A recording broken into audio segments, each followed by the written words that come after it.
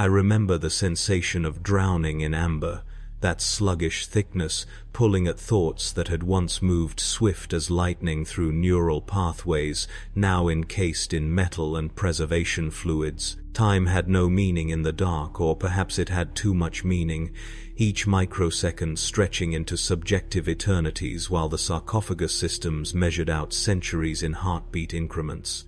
I was Brother Sergeant Malthius once, before the orc power claw had opened me from sternum to pelvis, and the apothecaries had scraped what remained of my torso into the life-preserving mechanisms that would not let me die. That was during the cleansing of Vorgesh Secundus, though I couldn't tell you how long ago. The last clear memory before the darkness took me was the chief librarian's face swimming above my vision, his lips moving in words I couldn't hear over the screaming of my own blood. And then the cold rush, as they flooded my remaining organic components with suspension agents. I felt myself sinking then, falling away from the world of sensation into a place where thought itself became viscous and slow, where dreams, if you could call them that, moved like tectonic plates grinding across eons. The awakening was violence incarnate. Pain receptors I'd forgotten I possessed ignited in cascading waves as my biological remains fought against the intrusion of consciousness. Chemical cocktails flooded through tubes that had grown into my flesh over the long sleep, and I felt every needle, every catheter, every sensor pad peeling away from nerve endings that had fused with their housing. The sarcophagus was screaming, or perhaps I was screaming through its voxcasters, a metallic shriek that echoed off stone walls I couldn't yet see. My optical feeds remained dark, even as awareness clawed its way back through layers of chemical suppression. And for one horrifying moment, I was trapped in absolute sensory deprivation, knowing I existed but unable to prove it to myself through any perception, except the raw fact of suffering. Then light crashed into me like a physical blow. The world resolved in overlapping spectra: infrared, ultraviolet, standard visible light, each feed struggling to synchronize with neural pathways that had forgotten how to interpret visual data. I saw tech priests first, their red robes seeming to flutter in 7 different color schemes simultaneously before my systems compensated and locked into something approaching normal vision. They were backing away from my sarcophagus, their mechadendrites withdrawing from access ports in my armor housing with wet, sucking sounds that triggered memories of the battlefield, of pulling ceramite shards from the throats of dying brothers. The chaplain spoke first, his death mask skull helm tilted at an angle I recognized as concern despite the frozen grimace of its features. His words reached me through multiple audio channels, external pickups on my hull, direct data feed, even the resonance of his voice vibrating through the stone floor and into my mass sensors. "Honored Ancient," he said, and the title felt like stones piling onto my consciousness. Ancient. How long had I slept? The chapter requires your service once more. The Emperor's enemies press upon us, and we have need of your wisdom and your fury. I tried to respond, tried to access the Vox systems that would let me form words, but my first attempt emerged as a burst of binary cant that made the nearest tech priest genuflect reflexively. My second attempt was better, a grinding rumble that resolved into Gothic after several seconds of adjustment. How long? How long? I managed, and even through the mechanical reproduction, I could hear the rust in my voice, the disuse layering it with harmonics never intended by those who had installed my speaking apparatus. The chaplain hesitated, and in that pause, I felt the weight of centuries pressing down. 372 years, honored Ancient, he said finally. You have missed much, but the Imperium endures, and so does our chapter's eternal vigil. 372 years. The number should have meant something, should have triggered some emotional response, but I felt only a distant curiosity, as if I were examining a tactical display rather than contemplating the annihilation of entire lifespans of time. Everyone I had known before the sleep was dust now. My squad brothers, reduced to names on marble cenotaphs in halls I might never walk again. The chapter master who had last spoken to me before the darkness, gone perhaps a dozen generations of command ago. Even the serfs who had tended my sarcophagus during the long centuries, unknown to me, themselves replaced multiple times by their own descendants, until none of them had any memory of when the ancient in sarcophagus Vault 7 had first been interred. I tried to move, and the Dreadnought chassis responded with a symphony of grinding mechanisms and hydraulic complaints. Every joint felt frozen despite the lubricants the tech priests had surely applied, every servo sluggish with the accumulated torpor of centuries. I raised one of my arms, the power fist, I realized, registering the familiar weight and configuration, and watched it rise with dreamlike slowness before my optical feeds. The armor plating was scarred beyond anything I remembered, marked with purity seals so old their parchment had turned to brown fragments, inscribed with battle honors in script styles that had gone out of fashion before my awakening. This was my body now, this hulking sarcophagus of plasteel and adamantium, and it wore the accumulated history of centuries like a second skin. The tech priests moved around me in their ritualized patterns, chanting prayers to the Omnissiah as they completed their systems checks. I felt their probes entering diagnostic ports, felt the flutter of data requests querying my internal systems, felt the invasive examination of every subsystem as they verified functionality after the long sleep. It should have been humiliating, this reduction of my existence to technical specifications and operational parameters, but I found I had lost the capacity for that particular shame. What was humiliation to something that was more machine than man? What was dignity to a weapon that happened to retain a few kilograms of human neural tissue swimming in synthetic fluids? I ran my own diagnostics simultaneously with the tech priest's external examinations, and the results painted a picture of degradation that would have horrified the warrior I once was. 47% reduction in fine motor control. Neural interface lag averaging 300 milliseconds an eternity in combat conditions.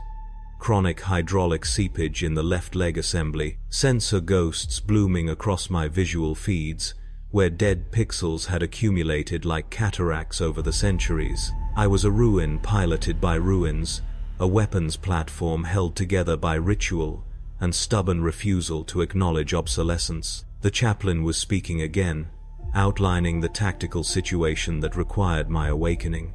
But his words washed over me like water over stone, failing to find purchase in a consciousness still struggling to remember what urgency felt like.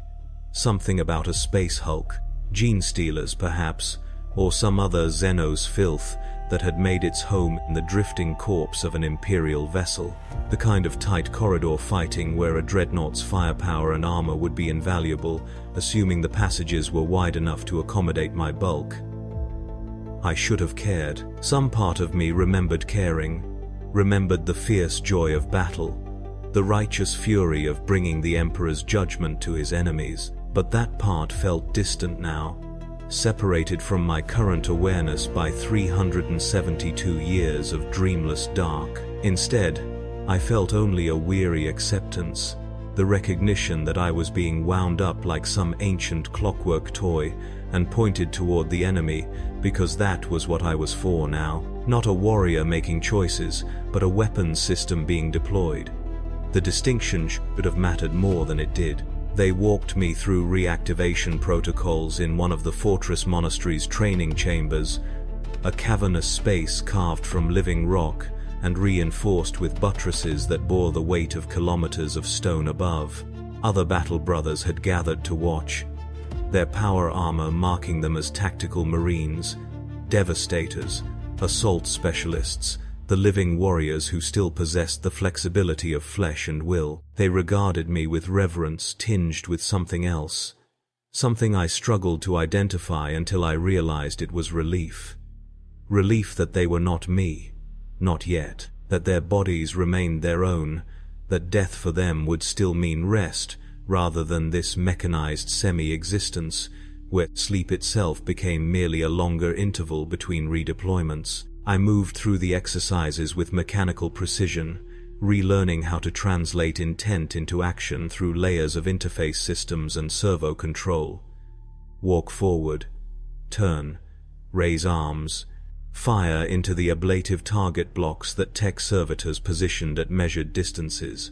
Each action required conscious thought, now where once it would have been instinct, and I felt the frustration building not as emotion but as error messages accumulating in my behavioral subroutines. The assault cannon mounted on my left arm cycled and fired, and the recoil more apparent, now that my chassis mass had degraded slightly from the centuries of stillness, surprised me enough that my compensators lagged. The tech priest supervising made notes on his data slate, his mechadendrite stylus scratching prayers of amendment into the margin beside his technical observations. By the time they declared me combat ready, I had been awake for 6 subjective days, though my internal chronometer insisted only 16 hours had passed. Time, I was learning, had become unreliable, prone to compression and dilation in ways my human consciousness couldn't fully process anymore. The preparation rituals that followed felt simultaneously rushed, and eternal blessings applied to my hull by servitors whose fingers left oily prayer marks on my armor, ammunition drums blessed and loaded, power cells consecrated and installed. The chapter's artificers inscribed new purity seals over the faded remnants of old ones, layering centuries of devotional text until parts of my chassis were more parchment than metal. Through it all, I watched and waited, and tried to remember what it had felt like to be afraid before battle, to feel the anticipatory flutter in a stomach I no longer possessed, to taste adrenaline in a mouth I had lost to the surgeon's knives. Those sensations were gone now, replaced by the steady hum of reactor cores and the precise tick of ammunition counters. I was ready for war because I had no capacity to be otherwise. The deployment came with brutal efficiency. The Thunderhawk's hold was thick with incense smoke and the ozone smell of active power armor as my battle brothers secured themselves in their restraint harnesses. I stood in the specialized bay designed for dreadnoughts, mag-locked to the deck with clamps that could hold me through even a catastrophic atmospheric breach. The flight was rough. Intentionally so, the pilot explained over the Vox, as we were making an assault drop directly into the Space Hulk's torn hide, rather than attempting a docking approach. I felt the ship shudder around us as we breached the Hulk's makeshift atmosphere, felt the scream of tortured metal, as the Thunderhawk's cutting jets opened a passage through decks that had been fused together by warp exposure and vacuum welding. Then the ramps were dropping, and we were moving into the belly of a ship that had died long before my first interment, into corridors where the walls wept rust-colored condensation, and the air tasted of decay even through my chemical sensors. The Genestealers came at us from angles that defied rational architecture, emerging from ventilation shafts and through bulkhead walls weakened by centuries of neglect. I saw them properly for the first time in 372 years, and some part of my memory insisted they should look different, that their carapaces had been darker, their claws differently configured. But evolution didn't stop for Xenos while I slept, and these creatures bore the marks of countless generation cycles, adapted to void warfare and close-quarters ambush with terrifying efficiency. My assault cannon spoke, and the corridors filled with the thunder of mass-reactive rounds detonating inside alien flesh. The ancient weapon systems responded to my commands with the enthusiasm of a faithful hound, and I felt something almost like joy as I laid waste to the creatures scrambling toward our formation. My battle brothers moved with fluid grace around me, their bolt weapons adding punctuation to my sustained fire, their movements coordinated by tactical experience I had missed centuries of while sleeping. They were so young, some of them bearing only a handful of service studs in their armor, and I wondered if they knew they were fighting alongside a relic, a thing that had been old when their grandsires' grandsires first petitioned for chapter recruitment. We pushed deeper into the hulk's heart, following corridor systems that twisted against sane geometry, passing through sections where the architecture itself seemed to rebel against Euclidean space. The chaplain led us in chanted prayers, his Crozius Arcanum blazing with power field discharge that threw shadows dancing across walls that might once have been the outer hull of ships whose names were lost to Imperial record. I felt the weight of the place pressing in, not physically, though the corridors narrowed around my bulk until my shoulders scraped walls on both sides, but spiritually, as if the accumulated horror of every death that had occurred aboard these fused vessels had left a psychic residue that even my mechanized senses could detect. The servitor skulls floating ahead of us transmitted picked feeds that showed spaces beyond human habitation, crew quarters, where desiccated corpses sat at long-abandoned stations, their hands fused to control surfaces by some warp-born chemistry, maintenance tunnels, where things that might once have been human nested in the darkness, their eyes reflecting our lamplight with an alien gleam, and always, everywhere, the signs of genestealer habitation, the resin secretions that covered walls and ceiling, the discarded molts of juvenile forms, the drag marks where victims had been pulled away into the darkness to face fates best left unimagined. The brood mind touched my consciousness during our 9th hour in the hulk, and I understood then why they had awakened a Dreadnought for this mission. The psychic pressure of the Genestealer collective intelligence crashed against my thoughts like waves against a fortress wall, seeking purchase, seeking the warm crevices of doubt and fear where it could plant its insidious seeds. My battle brothers around me stumbled, their enhanced minds struggling against the alien intrusion, but I felt it only as data, as sensory input to be categorized and dismissed. Whatever psychic vulnerability I might once have possessed had been cauterized by my transformation, buried beneath layers of mechanical interface and neurological restructuring until the part of me that could be corrupted was too small and too deeply buried to be reached. The realization brought no comfort, only the recognition that I had become immune to certain horrors by virtue of having lost the humanity those horrors required to take root. I was too much a machine to be turned, too little a man to be tempted. The distinction between blessing and curse had long since blurred past recognition. We found the brood nest in what had once been a cargo bay, a space vast enough that my optical feeds had to adjust to focus on objects hundreds of meters distant. The floor was a carpet of resin and organic matter, pulsing with peristaltic rhythms that suggested the entire chamber had become a living thing, or something wearing the corpse of a chamber as a skin. Genestealers swarmed the walls in numbers that turned individual threats into a living tide, and above them, suspended in webbing that might have been spun or secreted, or simply grown from the corrupted metal itself, hung the brood.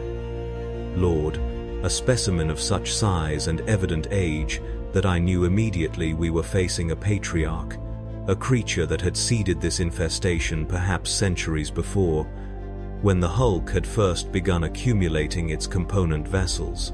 The chaplain's voice came across the vox, steady and sure even as the swarm began to move. Honored Ancient, we commit ourselves to the Emperor's mercy. Hold the entrance. Let none escape. And then they were charging. My battle brothers, these children in armor, who had perhaps half a century of experience between the lot of them, throwing themselves against a Xenos tide that could bury them in moments. I should have objected, should have insisted on tactical protocols that would preserve chapter resources, but the time for objection had passed with the first war cry. Instead, I moved forward to the bottleneck where the entrance corridor met the bay, and I began to fire. The assault cannon's sustained roar became the rhythm of the world, each rotation of the barrel a prayer, each spent shell casing clattering to the deck a punctuation mark in litanies of destruction. Genestealers came at me in waves that tested the mathematical limits of biomass compression, and I met them with fire and adamantium, my power fist pulverizing chitin armor, and the alien flesh beneath whenever they closed to melee range. I lost track of time. My chronometer had stopped providing useful data after the first 10 minutes, overwhelmed by the intensity of combat that made objective measurement meaningless. There was only the target, the firing solution, the impact, the next target.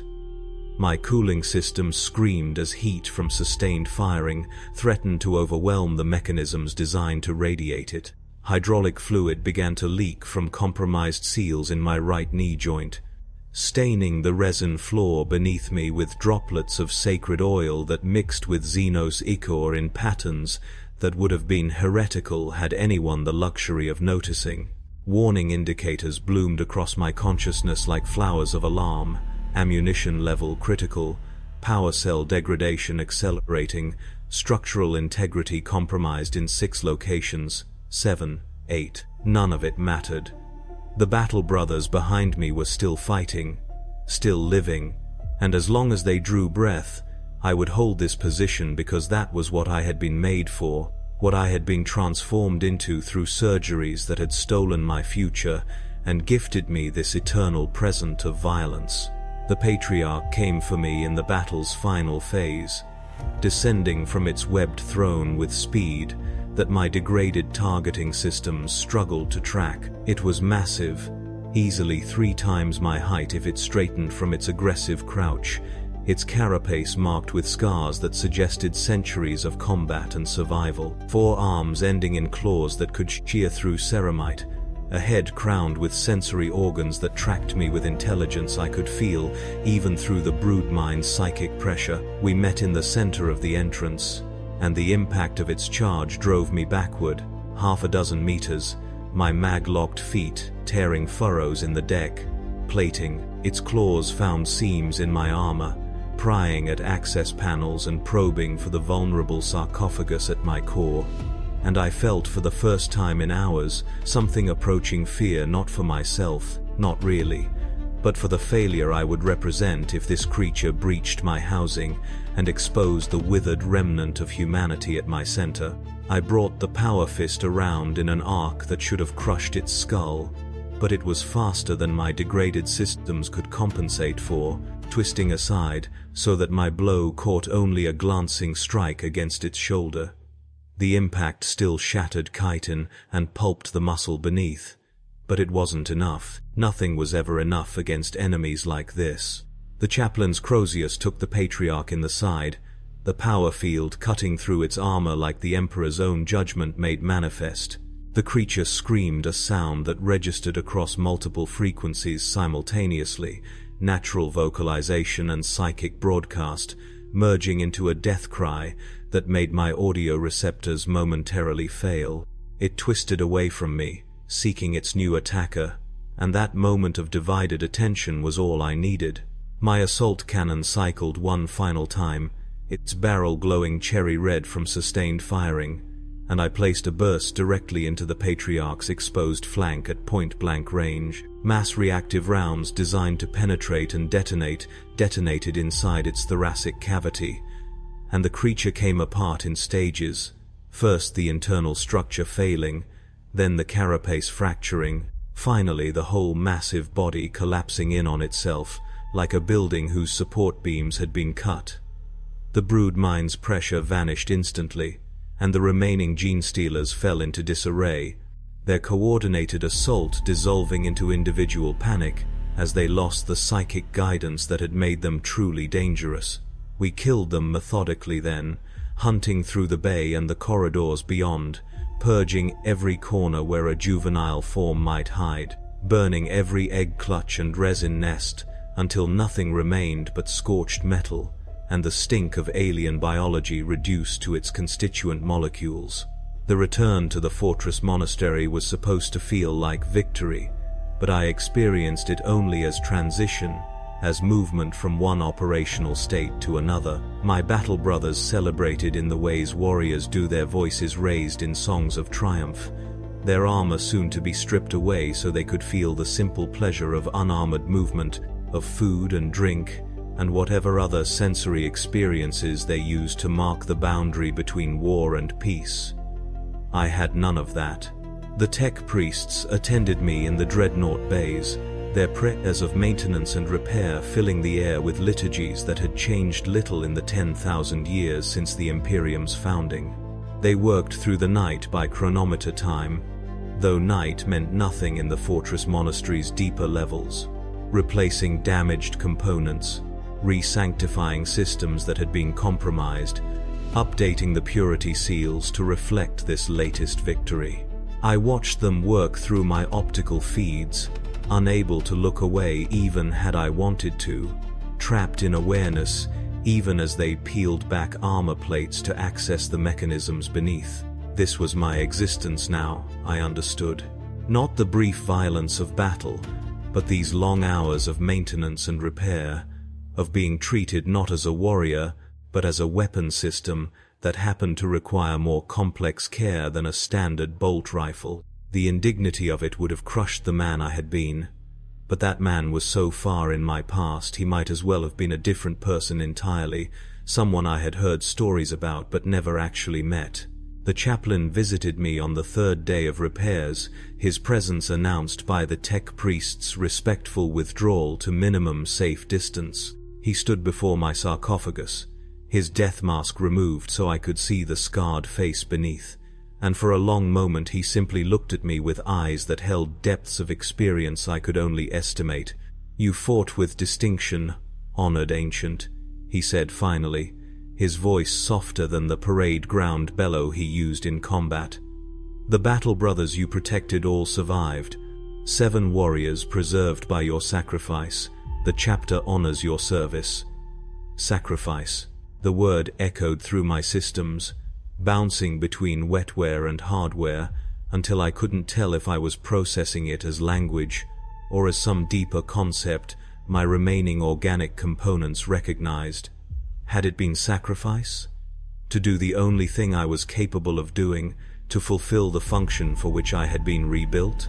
How could there be sacrifice when there was no choice, no alternative path I might have taken? But I recognized the kindness in his words even through my confusion. Recognized that he was trying to maintain the fiction that I was still a warrior, making decisions rather than a weapon being aimed. "Thank you, Brother Chaplain," I managed. And if my voice synthesizer added harmonics of irony to the words, he was gracious enough to ignore them. The order to return to sleep came 6 weeks later by objective time, though my increasingly unreliable chronometer insisted it had been either 3 days or 4 months, depending on which subsystem I queried. The fortress monastery had no immediate need for a Dreadnought's firepower, and the resources required to keep me active, the power draws, the maintenance hours, the simple spatial requirements of housing a chassis my size, made continued wakefulness an inefficiency the chapter could not justify. I understood the logic.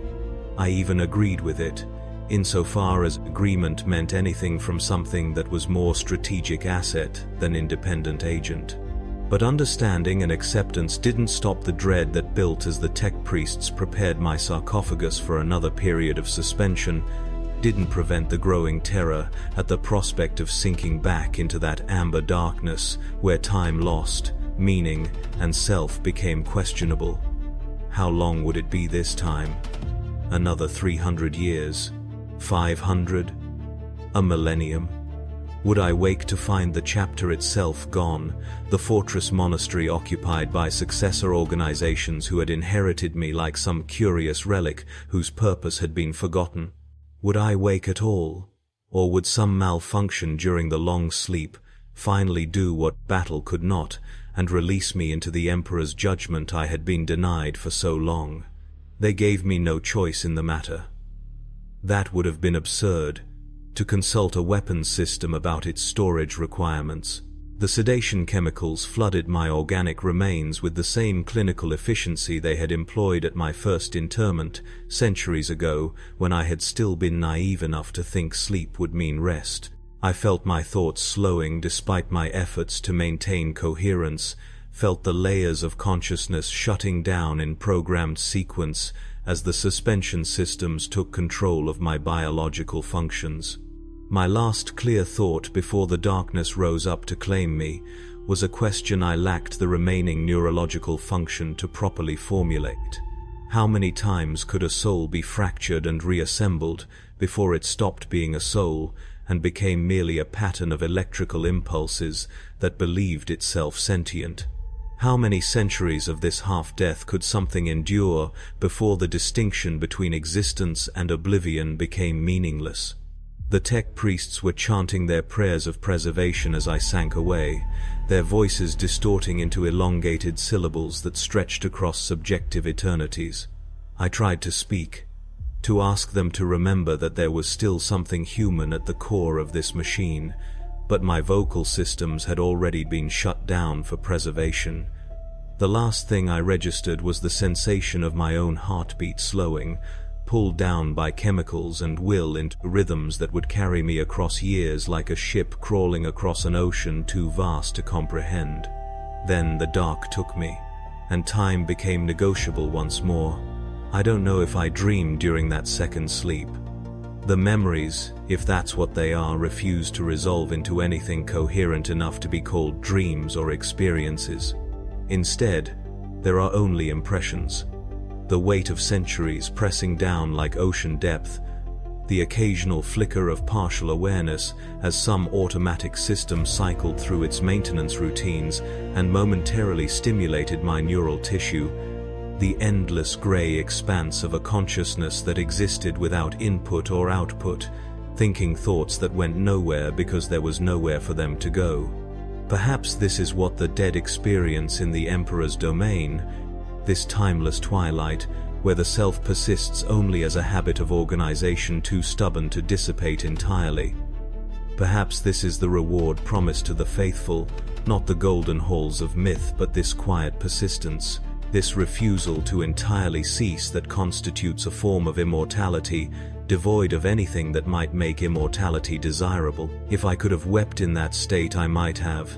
But tears require biology more intact than what remained of me, and the luxury of grief was one I had lost along with everything else that made suffering recognizable as such. The second awakening was worse than the first. My systems had degraded further during the sleep. Whether that had been another 300 years or 3,000, I had no way of knowing until they told me, and by then the number had lost whatever meaning it might have held. The pain of revival felt more distant this time, filtered through layers of neurological damage that had accumulated like plaque in arteries, dulling even the sharp edge of suffering until it became merely unpleasant rather than agonizing. I wondered if this was how it would end, each awakening bringing less sensation than the last, less ability to process experience, less of whatever quality it was that made consciousness something other than an automatic response to stimulus. Already I could feel the difference, where before I had struggled against the revival process. Now I simply endured it, watching from some interior distance as my systems came online and began their status reports. 47 additional components had failed during the sleep. 16 subsystems were operating at reduced capacity. My neural interface lag had increased to 412 milliseconds. I was degrading, dying by inches across centuries, becoming less functional as a weapon, even as the stubborn core of my organic remains refused to grant me the mercy of actual death. This was the true curse of the Dreadnought. I understood now, not the transformation itself, but the long decay that followed. The gradual reduction from warrior to relic to liability, all while the consciousness trapped at the center remained aware enough to catalog each loss. The fortress monastery had changed during my sleep. The architecture remained the same, but the heraldry had shifted in ways I couldn't quite catalog. New battle honors on display, different devotional texts carved into walls I remembered as blank. The faces of the tech priests, attending my revival, marked with augmetics, whose styles spoke of technological developments I had missed entirely. How long had it been? The question haunted me even as I completed the reactivation protocols, as I proved to the chaplain, a different chaplain now, the previous one either elevated or dead, that I retained sufficient functionality to be deployed. 518 years. they told me eventually. More than half a millennium erased in what had felt like a moment and an eternity simultaneously. The Imperium I had known was dead as surely as if some xenophobic catastrophe had swept it away, replaced by an iteration so similar that only someone who had skipped across its history would notice the changes. The chapter survived, adapted, continued its eternal vigil, and I continued with it because there was no mechanism for me to do otherwise. I was eternal in the way geography is eternal, persistent through sheer inability to be anything else. They deployed me twice more during that waking period, each battle blurring into the others until I could no longer remember which planetary designation corresponded to which enemy, or why we had been fighting beyond the eternal justification that enemies of the Imperium must be destroyed.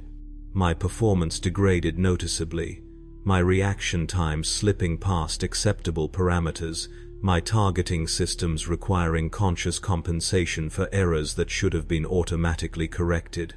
The battle brothers around me, none of whom had been alive during my previous waking, none of whom remembered me as anything but the relic I had become, fought with careful precision to accommodate my limitations, adjusting their tactics to account for the Dreadnought that couldn't hold flanks as reliably as doctrine demanded. I felt their consideration like a weight, like proof of my obsolescence more damning than any technical readout. They treated me the way one treats a venerable grandfather whose mind has begun to slip, with patience and respect that couldn't quite mask the underlying assessment that I was no longer reliable, no longer the asset I had once been. The recognition should have hurt. Some part of me insisted it should hurt, but that part was very far away now, speaking in a voice I could barely hear over the mechanical hymns of my failing systems. The final return to sleep felt less like an ending and more like a continuation, as if I had never truly woken at all, but had merely dreamed a brief dream of revival before sinking back into the darkness that had become my natural state. The sedation chemicals felt familiar now, almost comforting in their promise of release from the burden of consciousness. I went under without struggle this time, surrendering to the amber darkness like a drowning man finally stops fighting the water and accepts the deep. My last coherent thought was a prayer not to the Emperor, though perhaps he was included by default, but to whatever force governed the persistence of souls across the material universe. I prayed that the next time they woke me, if there was a next time, I would have degraded past the point of functionality, that some critical system would have failed during the sleep, that the tech priests would open my sarcophagus to find the organic components at my core finally, mercifully dead, that I would be given the rest that had been denied me for centuries, the final peace that comes when the body stops insisting on its own continuation despite every rational argument for cessation. Let me die, I prayed into the rising dark. Let me finally, truly die. But the dark offers no promises, and prayers in the Imperium go unanswered more often than not. I sank away into the timeless suspension, and somewhere in that descent I understood, with the clarity that comes from accepting the inevitable, I would wake again, and again, and again, as many times as the chapter required, across centuries that would stretch into millennia, until the fortress monastery itself crumbled to dust and the Imperium fell into the final darkness that awaits all empires. I would wake and fight and sleep and wake again in an endless cycle, degrading by microscopic increments, losing pieces of myself across ages until nothing remained but the core imperative: serve, destroy, endure. The weapon would persist long after the warrior had been worn away entirely, leaving only the shell of duty animated by habits too deeply inscribed to fade, even when the consciousness that had once given them meaning had been reduced to mere pattern recognition and stimulus response. This was the real horror. I understood in that moment of crystalline clarity before the sedatives pulled me under completely. Not that I would die, but that I wouldn't that I would continue in this half-state of mechanical existence, long past the point where any meaningful definition of life applied. I was already less than I had been, and each awakening would find me lesser still, until finally some distant day I would wake to find nothing of Brother Sergeant Malthius remaining at all, just a weapons platform that had forgotten it had ever been human, serving a chapter that had forgotten I had ever been a man. The darkness took me then, and this time I didn't fight it. This time I welcomed it. The only mercy I was likely to receive in an existence that had transcended both life and death into something for which no adequate name existed in Gothic or any other human tongue. I sank into the amber depths, and time became negotiable, and the long, slow dissolution of everything I had been continued its patient work in the infinite darkness behind my eyes.